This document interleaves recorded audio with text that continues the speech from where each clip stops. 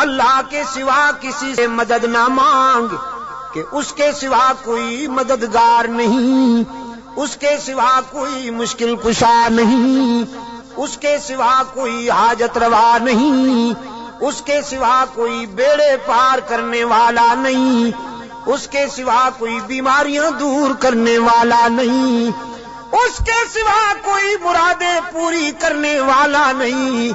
جب مانگنا ہو تو اسی سے مانگ، جب رونا ہو تو اسی کے در پہ آنسو بہا، جب دامن پھیلانا ہو تو اسی کے در پہ دامن پھیلا۔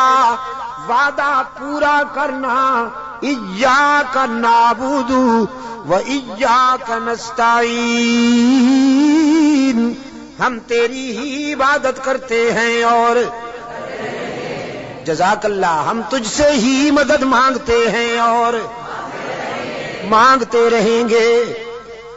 سیدہ عائشہ صدیقہ رضی اللہ تعالی عنہا نے بھی اللہ کے حضور اشک بہائے، اسی کو دل کی بات سنائی۔ الہ العالمین منافقین نے میرے خلاف جھوٹے الزامات عائد کیے ہیں، میری کردار کشی کی مہم چلا رکھی ہے۔ اگرچہ یہ بات نئی تو نہیں، مجھ سے پہلے بھی معصوموں کے خلاف یہ پراپگنڈا ہوتا رہا، لیکن جب موسیٰ پر الزام لگا تو نے ان کی برات کا اہتمام کیا، جب یوسف پر الزام لگا تو نے ان کی برات کا بھی اہتمام کیا، جب مریم پر الزام لگا تو نے ان کی برات کا بھی اہتمام کیا۔ میرے معبود، آج تیرے محبوب کی عائشہ اشک بار آئی ہے اور یہ فیصلہ کر کے آئی ہوں، جب تک میری برات کا اہتمام نہیں ہوگا تیرے در سے سر نہیں اٹھاؤں گی، سجدے سے سر نہیں اٹھاؤں گی، کسی اور کے در پہ نہیں جاؤں گی، تجھ سے ہی مدد مانگتی ہوں، تجھ سے ہی درد دل کہتی ہوں۔ رو رہی ہے سیدہ عائشہ صدیقہ رضی اللہ تعالی عنہا، کس کے آگے؟ اسی کے آگے رویا کرو، اسی کے آگے اشک بہایا کرو، اسی کے حضور دامن پھیلایا کرو، ساری امیدیں اسی سے وابستہ کیا کرو کہ اس کے سوا دامن بھرنے والا کوئی نہیں، دامن خالی کرنے والے بہت، بھرنے والا کون؟ دامن خالی کرنے والے بہت۔ بیٹھے ہوئے ہیں فنکار، جھنڈیاں لہرا رہی ہیں، زلفیں جا رہی ہیں، چادریں اوڑھی ہوئی، قبریں سجائی ہوئی، جھنڈیاں لہرائی ہوئی، چادر اوڑھے ہوئے بیٹھے ہیں، جیسے آسمان سے اتری ہوئی چیز ہو گئی۔ اور سادہ لو انسانوں سے کہتے ہیں کچھ لے کے آؤ گے تو کچھ لے کے جاؤ گے، خالی ہاتھ آؤ گے تو خالی ہاتھ جاؤ گے، لیکن اس کے در رحمت سے صدا آتی ہے کچھ نہ لے کے آؤ، سب کچھ لے کے جاؤ، خالی ہاتھ آؤ، دامن بھر کے جاؤ۔ قال ربکم ادعونی استجب لکم ان الذین یستکبرون عن عبادتی سیدخلون جہنم داخرین۔ دنیا والوں سے مانگا جائے تو ناراض ہوتے ہیں، نہ مانگا جائے تو خوش ہوتے ہیں، لیکن یہ داتا وہ ہے کہ یہ مانگنے والوں سے خوش ہوتا ہے، نہ مانگنے والوں سے ناراض ہوتا ہے۔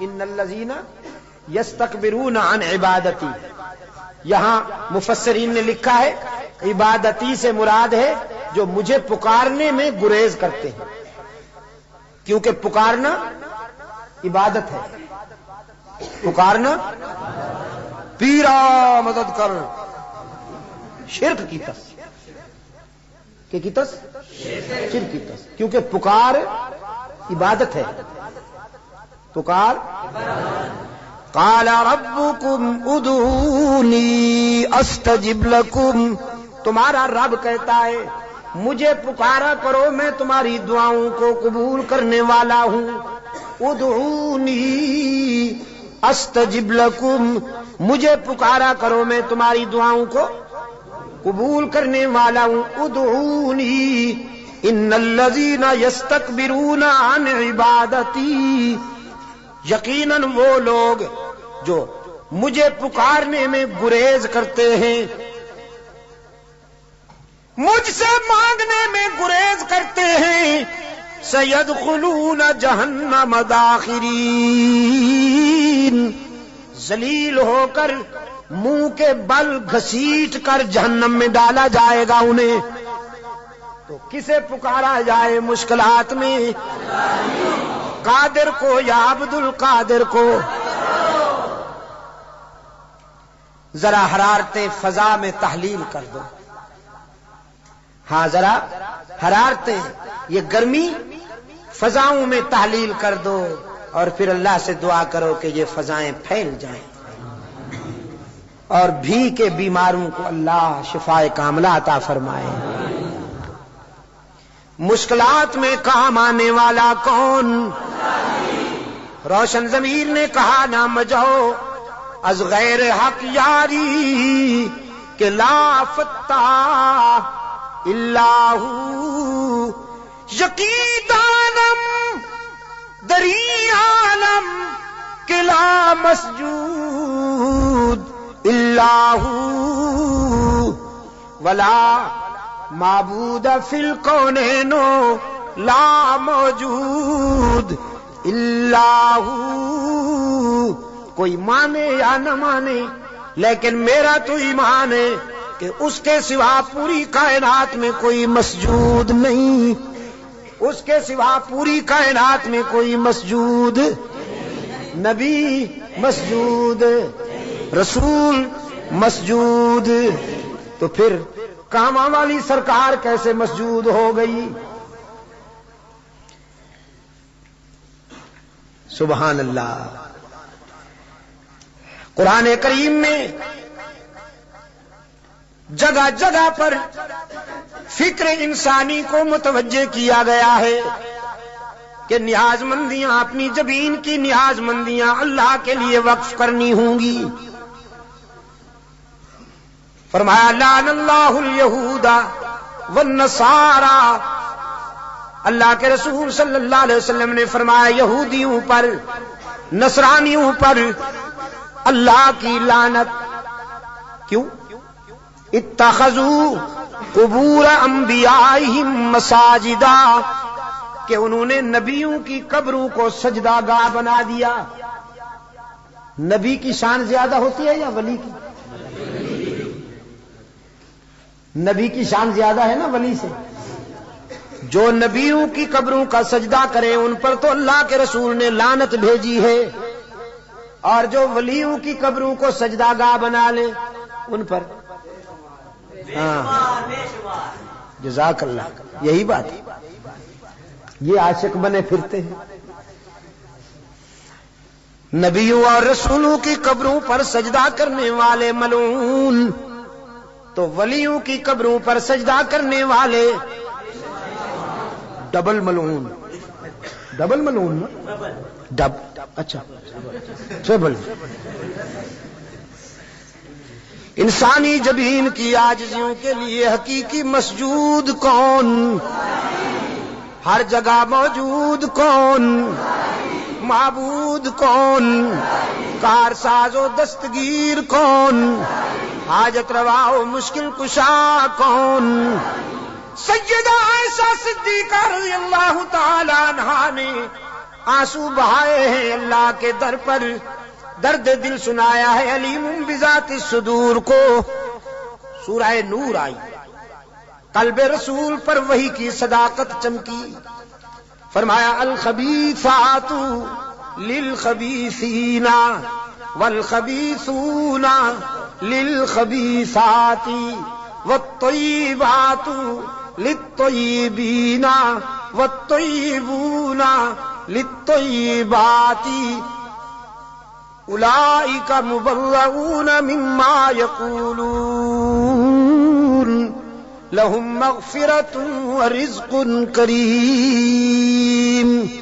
پاک باز بیویاں پاک باز شوہروں کے لیے، گندی بیویاں گندے شوہروں کے لیے، پاک باز شوہر پاک باز بیویوں کے لیے، گندے شوہر گندی بیویوں کے لیے قرآن ہے۔ آپ سمجھے کہ نہیں؟ قرآن اور کلام فطرت ہے یہ۔ اگر اپنی بیوی کو پاک دامن رکھنا چاہتے ہو تو خود بھی پاک دامن رہا کرو، لیکن اگر تم تاڑ جھانک کرو گے تو ادھر بھی سلسلہ شروع ہو جائے گا، تمہیں معلوم ہو یا نہ ہو۔ سمجھے ہو کہ نہیں؟ کلام فطرت ہے نا قرآن کریم۔ قرآن کریم تو راز کی باتیں کہتا ہے، کلام فطرت ہے۔ فرمایا الخبیثات للخبیثین والخبیثون للخبیثات، ناپاک بیویاں ناپاک شوہروں کے لیے، ناپاک شوہر ناپاک بیویوں کے لیے، طے ہو گیا۔ والطیبات للطیبین، پاک باز بیویاں پاک باز شوہروں کے لیے، والطیبون للطیبات، اور پاک باز شوہر پاک باز بیویوں کے لیے۔ رب العالمین نے جرا کے لہجے میں سیدہ عائشہ کی وکالت کرتے ہوئے واضح کیا، جس نے اس عفیفہ کے کردار کو سمجھنا ہو، عائشہ کی عظمت کو سمجھنا ہو، وہ عائشہ کے شوہر کی عصمت کا نظارہ کرے۔ جس کا شوہر محمد معصوم، وہ بیوی کیسے نہ محفوظ۔ محمد معصوم ہے، عائشہ محفوظ ہے۔ جرا کے انداز میں رب العالمین نے برات کی، اولئک مبرؤون مما یقولون۔ میں اعلان کرتا ہوں کہ پیغمبر کی آبرو بے داغ ہے، نبی کی آبرو کا دامن پاک ہے۔ آپ میرے لیے اور میں آپ کے لیے اللہ کے حضور التجا کر دیں کہ اللہ دنیا اور آخرت کی کامیابیوں سے ہم کنار فرمائے۔